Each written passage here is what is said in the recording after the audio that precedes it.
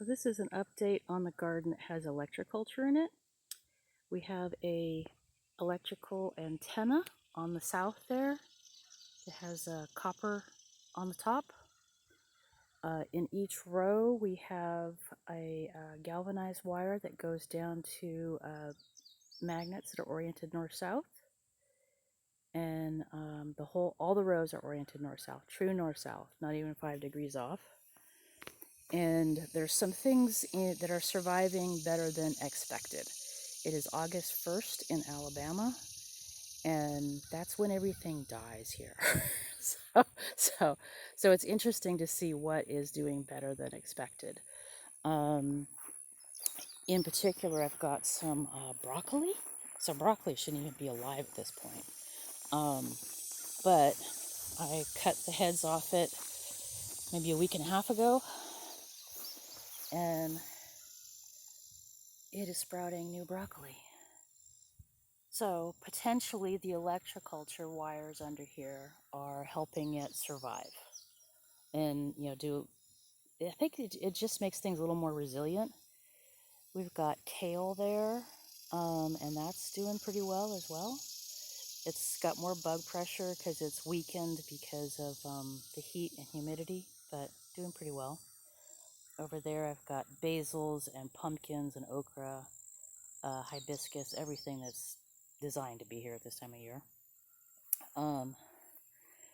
Over here I have some giant cabbages.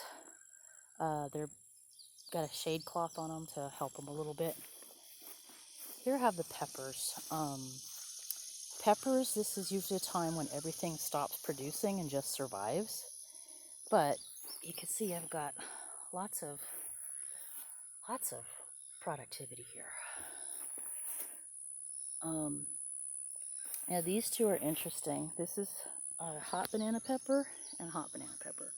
The one on the left was planted a month later than the one on the right. I planted the peppers probably a bit too early. They got cold and storms and just beaten into the ground and looked like they were dying, and I thought they would be stunted. So I left some in, and then I planted some new ones, and the new ones haven't caught up. Same here. This is a Thai pepper planted early and a Thai pepper planted a month later. So that rough start, I think the Electoculture helped it be resilient. Hot peppers do better in the heat than sweet peppers. So here's a sweet pepper that obviously did not survive the heat and humidity. Produced lovely. Lunchbox pepper, really nice pepper.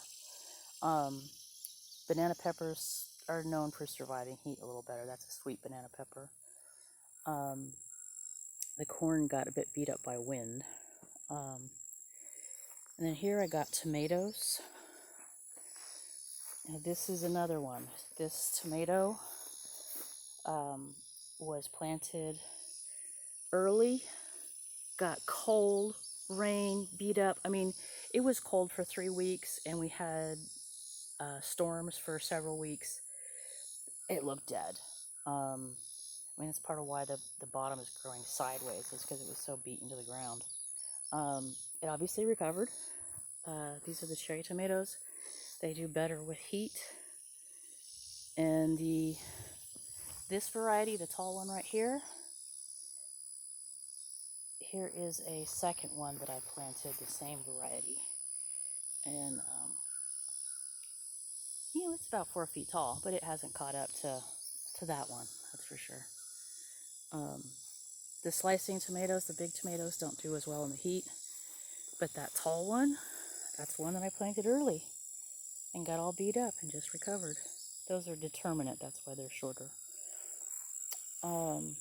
So that's the garden, and that's the Electoculture update. There is the electrical antenna. Like I said, there's magnets in all these rows. Everything's doing well.